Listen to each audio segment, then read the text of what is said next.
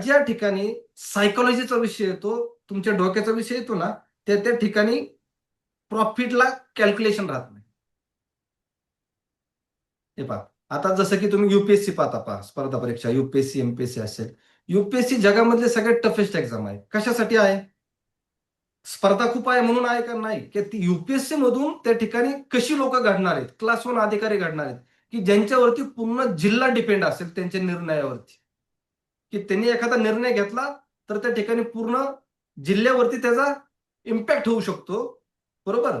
Reason का, समजा एखादी दंगल झाली आणि आयपीएस आधीच पळून गेला, काय होईल?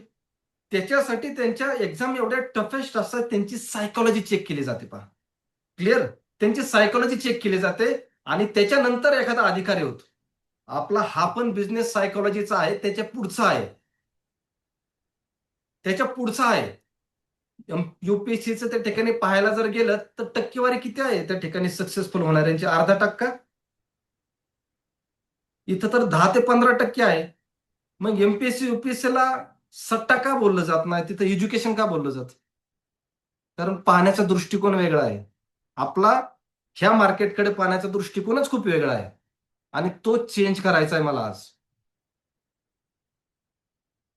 आणि तो चेंज होऊनच तुम्ही पुढचे लेक्चर केले पाहिजे. कारण निगेटिव्हिटी तुमच्या शेजारी सगळीकडे खूप आहे पहा.